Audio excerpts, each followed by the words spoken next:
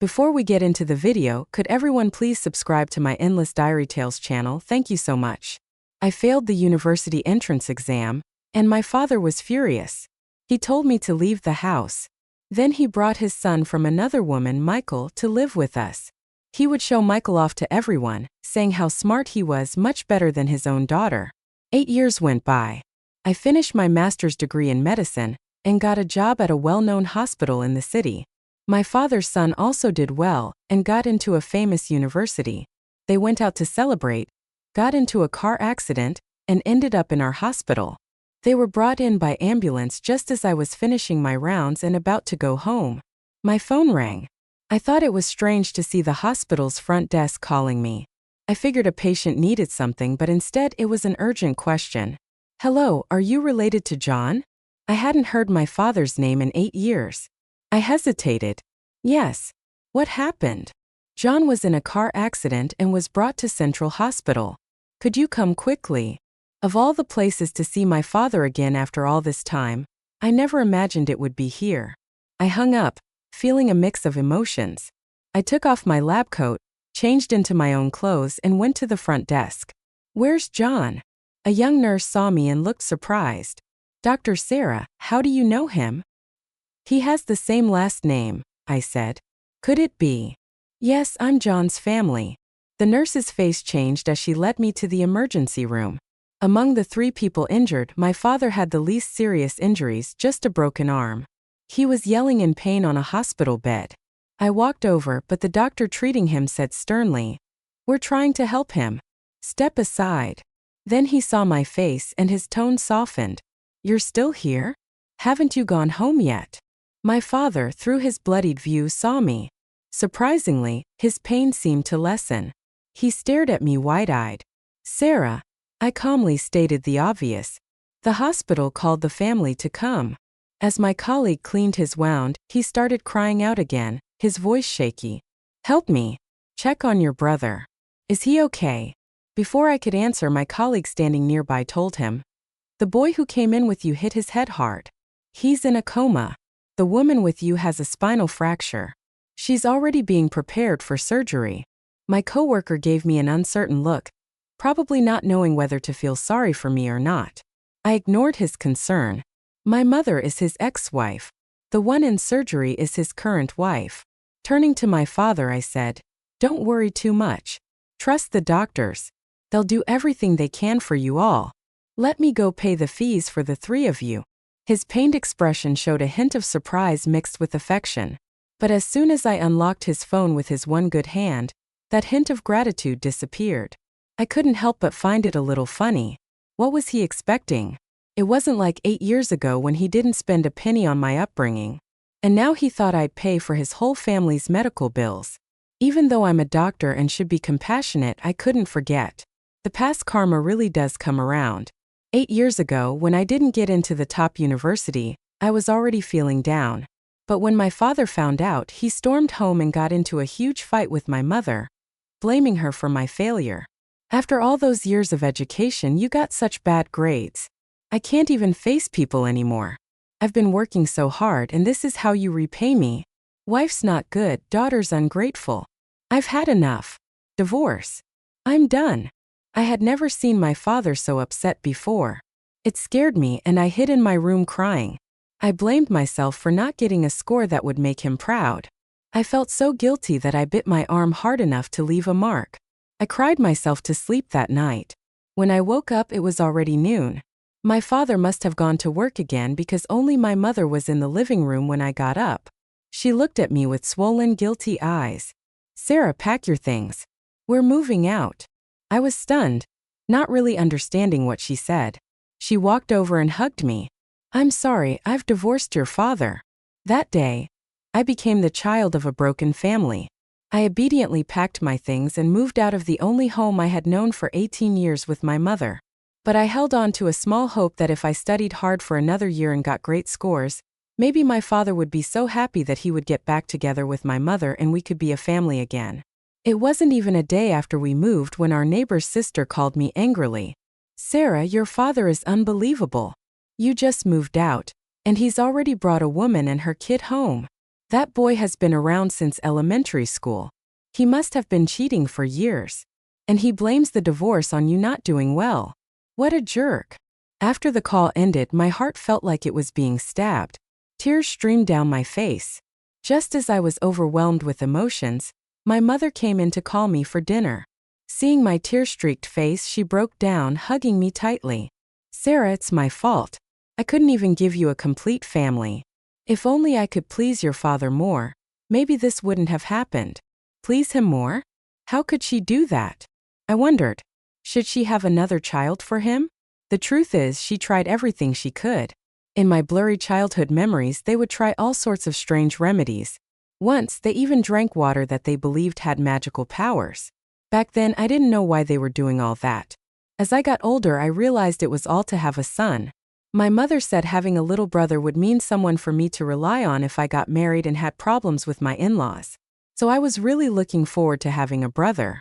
But a checkup at the hospital showed that my mother had a complication, making it less likely for her to have more children. I guess from that point on, my father worked longer hours but brought home less money. On the day I realized why, everything made sense. The money had been going to him and his other family. Father who cheated. But why did my mother take the blame? Mom, you did nothing wrong. Neither did I. The only person who didn't want this family was my father from the start. Even if I had gotten into a top university, a divorce would still have happened. Once I realized this, my mother and I quickly got over the feeling of being abandoned. But our lives didn't get better just because our mindset improved. My mother had become a housewife after getting married. Being out of touch with the working world for almost 20 years, she didn't have any specific skills. It was tough for her to find an easy but well-paying job after the divorce. She had to work at a hospital, caring for patients in less glamorous ways. To help my mother financially, I swallowed my pride and went home to ask my father for support. He got angry and slammed the table as soon as he heard my request. Pointing at me, he said, "You're 18 and adult now. Why would you need child support when you're perfectly healthy and capable?" His girlfriend Kate overheard and came out to join the conversation. She took advantage of the fact that I didn't know much about the law, claiming that even if I took it to court, the court wouldn't rule in my favor. Worse, I'd have to pay a lot in legal fees, adding to my mother's burden. She managed to scare me a bit, but I didn't want to leave empty-handed. I asked my father, "If you can't provide child support, can you at least cover half of my prep school fees?" As soon as I said it, Kate let out a mocking laugh. "Sarah, I've heard from your father that you're doing terribly in school. How dare you even think about repeating the year? If you care about your mother, you should start working and earning money soon. You should work at the hospital too, alongside your mother, and help carry and clean up after patients." Mocking me was one thing, but she went after my mother too. I don't know where I got the courage from, but I slapped her across the face. Immediately my father kicked me, knocking me to the ground. "How dare you act crazy in this house? She's your mother too." I yelled back from the floor. "She's not my mother. She's just a home wrecker." My father kicked me again, cursing, "You filthy brat. Who taught you such nasty words? Was it your mother?" My mother had been wronged by him but never spoke badly about him in front of me after the divorce. What right did he have to blame her? I got up, grabbed a cup from the coffee table, and splashed it right into his face. "You don't get to talk about my mother like that." I knew what would happen next, but luckily my neighbor's daughter had been waiting outside and ran to get help from an adult. With bruised legs, I went home and ran straight into my mother's arms. "Mom, I promise I'll study hard, get into a great university and find a great job. I'll make so much money that our lives will be 10 times better than theirs." That night, after seeing my injuries, I heard my mother curse my father for the first time. She wanted to confront him, but I stopped her. The next day, the real estate agent visited to gather money for my prep school tuition. My mother had stayed up all night and decided to sell our house, our old small place. It only sold for a small amount and she got even less after fees. With that money, my mother paid for my prep school. A year later, my university entrance exam results came out. I ranked high in the province. I eagerly ran to the hospital to share the news with my mother, who was working the night shift as a caregiver. But when I got to the ward, she wasn't there. I saw 2 nurses rushing into the women's restroom, and a terrible feeling hit me. So I followed. Sure enough, I found my mother fainted inside. The exhaustion from working day and night without proper rest had finally taken its toll. Because of this incident, they discovered a tumor in her lung. Thankfully, due to this fainting episode, the tumor was removed before it could get worse. The doctor assured me, "Don't worry, we caught it early. As long as she takes it easy, it shouldn't come back." With my eyes full of tears, I bowed to the doctor in gratitude. He saved my mother. I had never felt such admiration for anyone before, and it made me decide to apply to medical school. My mother fully supported me, but she was worried. Over the past year, to save a little money, she had stopped paying for her health insurance. Who would have thought we'd end up needing surgery, which cost all the money we had saved, including my university tuition? She was upset, saying, "I'm so foolish. I tried to save a tiny amount and ended up spending so much more. I used up all your university savings." I was a bit disheartened, but my mother's health was more important than money. "Mom, don't worry about it. Just focus on getting better. I don't have anyone else. You can't have anything happen to you." The patient in the next bed overheard and asked, "What about your father? Isn't he around?" I looked at my mother and nodded toward that person. "No, it's just my mother. My father now only belongs to Kate and their son." But according to our neighbor's daughter, Kate's son was doing quite well. All that money spent on hiring top-notch tutors paid off after elementary school. He got into a prestigious bilingual private school in our city, excelling in foreign languages. Tuition there cost a lot of money a year, more than my total undergraduate and graduate school tuition combined. My mother heard about this too and suggested I tell my father about my acceptance into a renowned medical school. Maybe if he was happy, he'd help with my tuition fees. Of course, I wouldn't approach him. To me, he might as well be dead. "Mom, don't worry about my tuition. The government offers student loans. I'll get one and pay it off once I start making money." My student loan application got approved quickly, and by the end of August that year, I was finally a university student. After 8 years of hard work, my scholarships, holiday jobs, and writing papers not only helped me pay off my student loans, but also allowed me to save up a small amount under my mother's name. I made a down payment on a small apartment. My mother stopped working as a caregiver at the hospital after she got better. One of the elderly ladies she used to care for didn't need hospital care anymore, but needed help with everyday tasks. She liked my mother, so she offered her a job with a good monthly salary and asked her to move in. This lady wasn't a typical boss who would overwork you just because she was paying. My mother only had to cook, do the laundry, and relax watching TV. It wasn't too bad. The lady liked me too. She was the first person besides my mother to say I was smart. She even thought about setting me up with her grandson who was studying abroad. But honestly, thanks to my father, I have no faith in relationships or marriage. 8 years have passed, and my father hasn't reached out. No matter what I achieve, I feel like in his eyes I never existed. All he cares about is his son. I heard he spent all his money on this son of his, not caring about himself or Kate, as long as his precious son was taken care of. I admit there was a time I wished his son wouldn't get into university after all that effort. But I have to give him credit. That kid impressed me. First try at the university entrance exams, and he scored almost as high as I did after I repeated a year. He got into a top school easily. My father was thrilled, showing him off to everyone, saying, "Boys are naturally brighter than girls. But really, does it even matter, such a smart son? But who knows if he's really his?" I saw something interesting in the hospital database. My father's blood type is O and Kate's is A. If two people with O and A blood types have children, their children can only have blood types O or A, not B or AB. My father's precious son has blood type AB, so he's been raising someone else's child while ignoring his actual daughter. "Sarah, how's everything going? Is he awake yet?" My father would pull me aside during daily rounds for updates.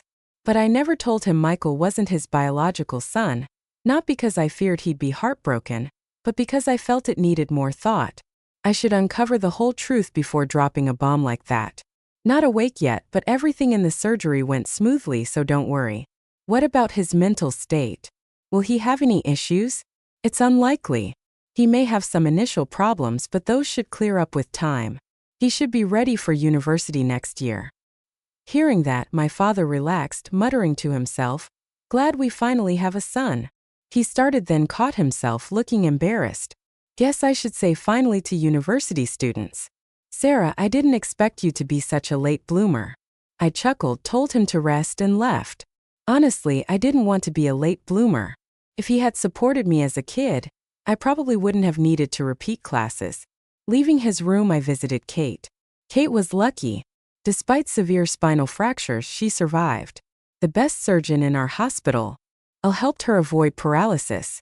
But surviving doesn't mean she'll be back to normal. She will face challenges and need support in daily life. "Hey, Dr. Sarah's making rounds." An elderly lady next to Kate greeted me, waking Kate up. As soon as she saw me, she looked guilty. "How are you, Kate?" "Just here with some good news about Michael. His surgery was successful. He'll be out of the ICU soon." Easing her financial burden, I added, "I know my father can't help you right now, but you should consider hiring a nurse, for hygiene reasons." I glanced downwards and she understood my point, her face turning pale. "I'm filing a complaint. You're humiliating a patient." The elderly lady defended me. "How is she humiliating you?" "She's just suggesting a nurse," the lady said with a spiteful look at both of us. Kate snapped, "Oh, then I'll hire your mother for the job." I smiled and explained, "Sorry, my mother doesn't do that anymore. She settled down in New York with Jack, running a bed and breakfast." Jack was the nephew of the elderly lady who hired my mother. When matchmaking for me didn't work out, she introduced my mother to her widowed nephew. Jack isn't as tall as my father, but he's a good man, not obsessed with having a son. His first wife passed away when he was in his 30s, and he stayed single for over 20 years for his daughters. His daughters encouraged him to remarry, so he could enjoy life again. That's how he met my mother. These ladies treated us well. And 2 years ago, they organized a big wedding for my mother and Jack. I should thank you. Without you, my mother wouldn't be living such a nice life right now. So if you need anything, just let me know, even if it's finding Michael's biological father." Hearing that, Kate's face turned from pale to purple in an instant. "Work at the hospital is busy, so I don't really have time to look into Michael's background. But my old neighbor's little sister has plenty of free time. We've stayed in touch over the years. She married a rich guy and became a mom early on. Whenever her child gets a sniffle or a headache, I'm the one they call for help. So when I asked for their help, she and her husband jumped right in, and they quickly found out everything about Kate and Michael's backgrounds. Kate came here as a migrant worker. Before coming to this city, she stayed in another place for 3 years. What kind of business she was in, you could easily tell by her methods of seducing men. Having had over a dozen abortions in 3 years, she lost her ability to have kids long ago. Michael was a baby she got from one of her old friends.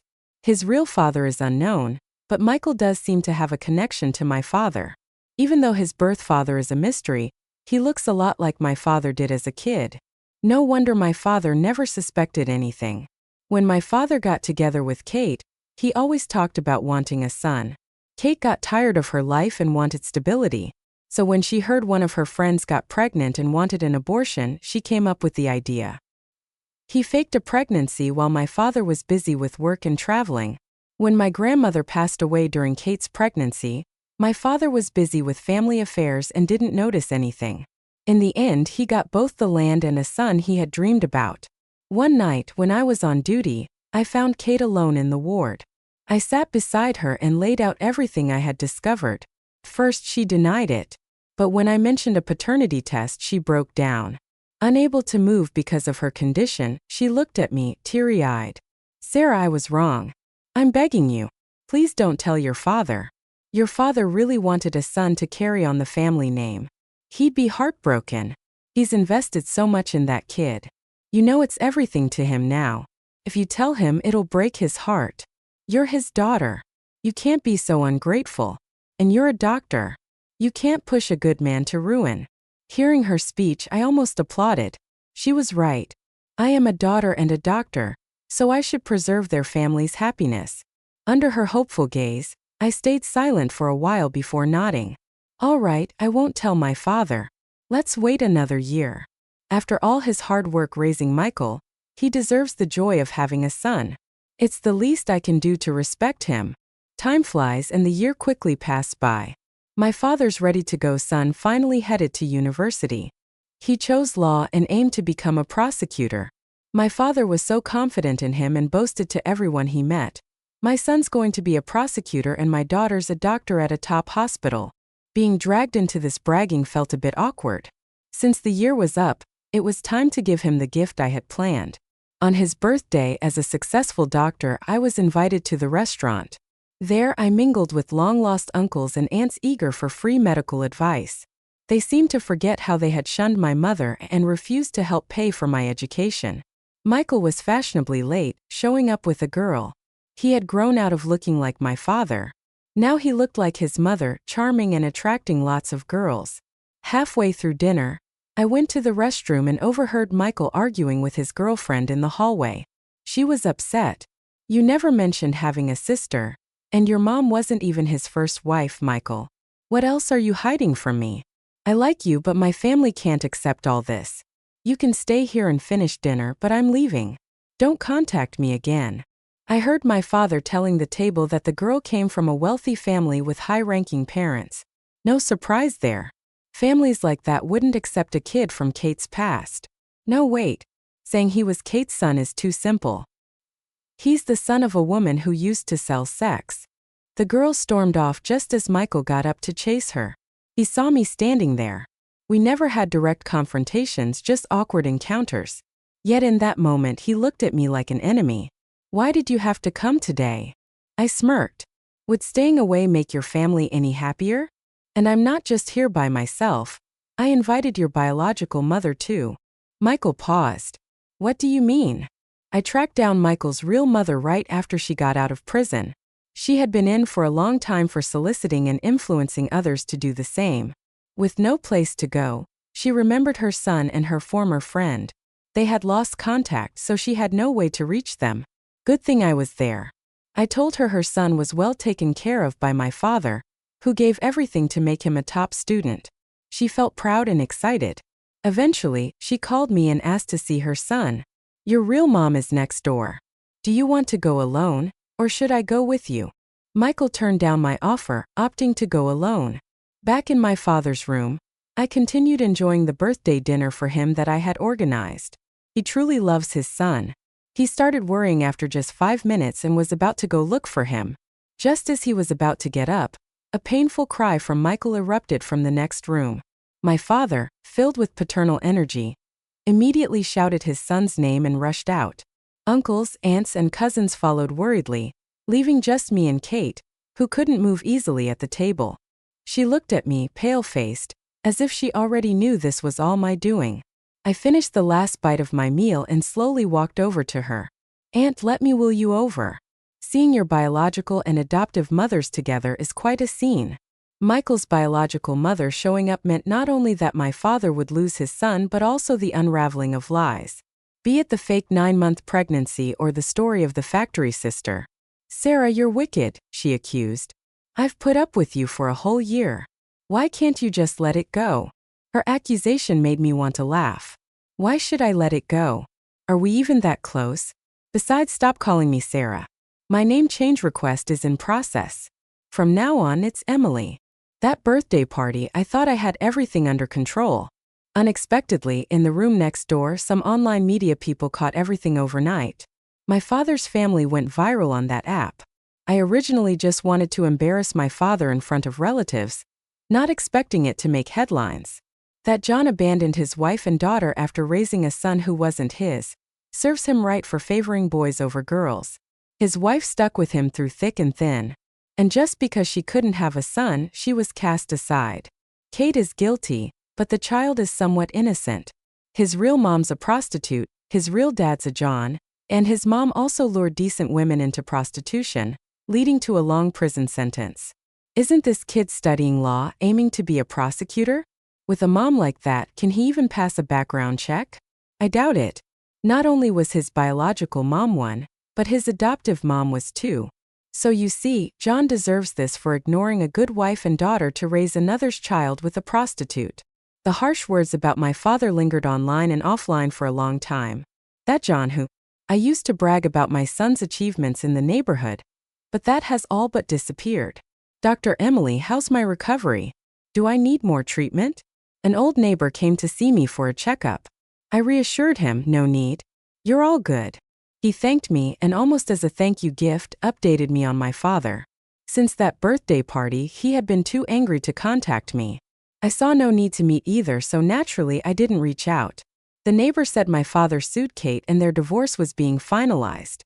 He couldn't stay in his current neighborhood and was selling his house through an agent. Kate likely saved a lot of money over the years and didn't fight too much during the divorce. She went back to her rural hometown with her family. Michael, shocked by the truth about his parents and disowned by both his biological and adoptive mothers, had intended to be there for my father in his old age. But my father couldn't stand the constant reminder of his shame and cut ties. With his dreams of being a prosecutor shattered and his father turning cold, Michael seemed to have given up, quitting school and becoming a monk. This year, since I had to work on New Year's Day, my mother, Jack, my two sisters, their husbands, and their kids came over to celebrate with me. On New Year's Eve, in the heavy snow, I brought lots of fireworks for my niece and nephew. On my way back from work, my mother and sisters were making dumplings upstairs while Jack and my brothers-in-law helped the kids set off fireworks downstairs. Although they aren't my biological sisters, they've never treated me differently. They never minded if I got to play while they cooked. From the start, they treated me like a child in need of love. Just before heading downstairs, Jack, my sisters, and brothers-in-law gave out red envelopes to the kids and also handed me one. Jack treats my mother as if she were a child too, spoiling her so much that her red envelope was the biggest and thickest. I was really thankful to them for giving me such a happy family after all these years. Because of Jack and my brothers-in-law, I started to think about love, marriage, and creating my own family. Auntie, my niece tugged at my arm, a little scared, whispering by the car shed. There seems to be someone watching us. I looked where she pointed and saw a tall, slightly hunched figure in the dim corner. Jack and the others noticed too and became alert. A thief or one of your unhappy patient's family members? Do you need to call the police? I kept staring at that familiar figure and shook my head. It was John. Jack understood quickly and advised, "Don't let your mother know if you go back." I shifted my gaze away from my father and laughed, asking Jack, "Afraid Mom might forgive him and get back together?" Jack scoffed, "I trust your mother's judgment. Now, I just don't want her to be bothered by it." Just in case, I asked Jack and Mom to fly back to New York. Work kept me busy for a while, and I usually stayed in the hospital dorm, so I didn't know if my father I ever tried reaching out to me again. Before I knew it, spring arrived. During the Fate Festival holiday, a really good movie came out. A colleague invited me to see it with him. When I got to the theater, I realized I was the only one he invited. He was even holding a bouquet of some small, unfamiliar flowers. I didn't know much about him, but he knew everything I liked. A few months later, he gave me the same little bouquet again. "Emily, even though we haven't been dating long, we've known each other for like 8 years. So can I ask you something bold? Would you like to keep dating until we're old and gray?" Even though we hadn't been together long before we became colleagues, we were just alumni from the same school but different majors. I later found out that the flowers he gave me were called Margaret, and they mean secret love. It turns out that when I doubted myself, thinking I wasn't good enough, someone in the crowd was seeing me quietly, paying attention. The next spring I got married. We had a simple wedding, only inviting close relatives and friends. My father wasn't one of them. But due to our demanding work, halfway through our wedding feast, the hospital called us back. An emergency surgery was needed for a patient brought in by the police.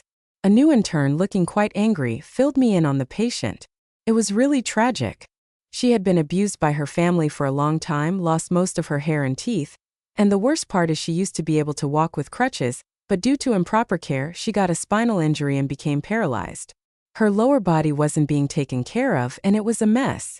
Not to mention, even though she had no feeling in her legs, someone heartlessly stuck a bunch of steel needles in her withered legs. Hearing this horrified me. I asked, "Is she a woman rescued from human trafficking?" "No," the intern replied. "She was brought here by her family from another place looking for her ex-husband. My husband had already put on his surgical scrubs and gone in, but a few seconds later, he came back out looking shocked. 'Emily,' he said, 'when you see this patient, don't be surprised. With those words, I had a feeling I knew who it was. When I saw her again, her eyes no longer held fear or hatred towards me. She had lost her mind. Her eyes were empty, unfocused, even before the anesthesia kicked in. After about an hour of surgery, we removed 18 steel needles and some homemade shotgun pellets from her leg. Later, the police interviewed her, and I learned she took over a large sum of money when she left my father. Her family didn't want to take her in. They thought she was an embarrassment. But her younger brother needed money to get married. In rural areas, the bride price is even higher than in cities. So her mother took all her money. Afraid they'd kick her out once they knew she was broke, she lied about having private savings. When they couldn't get any, they locked her in an abandoned courtyard. Her nephew, the younger brother's son, had a cruel persona. When he got upset at school, he'd take it out on her in the courtyard. Those steel needles and shotgun pellets were his doing. Eventually, the older brother's son was also getting married. The courtyard was to be renovated, and she was seen as nothing more than trash to be disposed of. Her family decided to send her back to my father, but he had moved, and the old apartment complex couldn't reach him, so they called the police. After the interview, I stayed by her hospital bed. Something about the situation must have jogged her memory because her eyes cleared a bit. "Is it Sarah? Could you help me find your father?" I had ended all my business with her. Now we were just patient and doctor. "My name is Emily," I corrected. "And honestly, I haven't seen John in a long time. Since that New Year's, I really hadn't seen my father again. But blood connections are funny things. Like when I suddenly crave something and my mother, all the way in New York, would send it to me without me asking. So when I found out I was pregnant and went for a checkup at the OBGYN, I unexpectedly ran into my long-lost father right there in the hallway. He was being scolded by a woman about 30 years old. She didn't seem local and didn't look unreasonable. Her eyes held a look of triumph. "John, you're the problem. You call me a hen that can't lay eggs? Ridiculous. Look at your test results. Your sperm's viability is 0.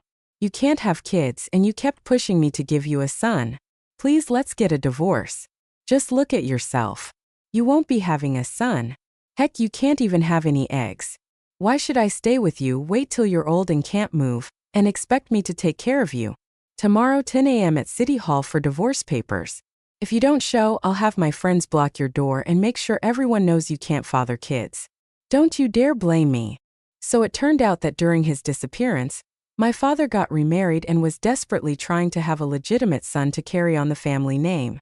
Watching from the end of the corridor, I planned to leave without saying anything. Turning to my husband, I said, "Let's go. We can come back for the checkup tomorrow." My voice wasn't loud, but somehow my father heard. He dashed to me like he was running a 100-meter sprint, grabbing my wrist tightly. "Sarah, come with me for a DNA test." Finding out he was infertile, he now doubted my lineage. Not wanting my mother to have a bad name, I agreed. Few days later, we got the results. It confirmed I was indeed his biological child. He probably consumed strange remedies after I was born while trying to have a son, which led to his infertility and also harmed my mother's health. But finally having a biological child, even if it wasn't a son, my father was so happy he cried his eyes out. "Sarah, you're my daughter. Change your name back. Your last name is Chan, and you need to be on the Chun family tree." My husband, overhearing, couldn't help but chuckle. What era are we in, still talking about family trees? I wanted to ask, "Uncle, do you have a throne or something, and that's why you want a son to inherit it?" My father, caught off guard, couldn't start his lecture and asked back, "Don't you want a son?" My husband shook his head. "Sons are too mischievous, I don't like that. Both Emily and I want a girl." My father, frustrated, said, "You're too young. When you get older, you'll see the benefits of having a son." My husband smirked. "You're the one stuck in the past. You've messed up good things and still haven't learned. I think your life's been a waste. Please don't bother Emily anymore." Even though I'm well educated, if someone keeps bothering my wife, I'm not afraid to use force. After I got pregnant, he had energy to burn and started working out. All that weightlifting paid off. He looks a lot stronger now and quite intimidating. So despite my father's reluctant expression, after eyeing my husband's physique, he kept his mouth shut. As I turned to leave, my father yelled one last thing. Sarah, you're my child. It's a fact. I got in the car and rolled down the window. The past grievances and anger had long been resolved. Let me say it again. My name is Emily. Now I will keep learning and working hard. But any achievements are a tribute to my mother's family. None of it concerns you, John.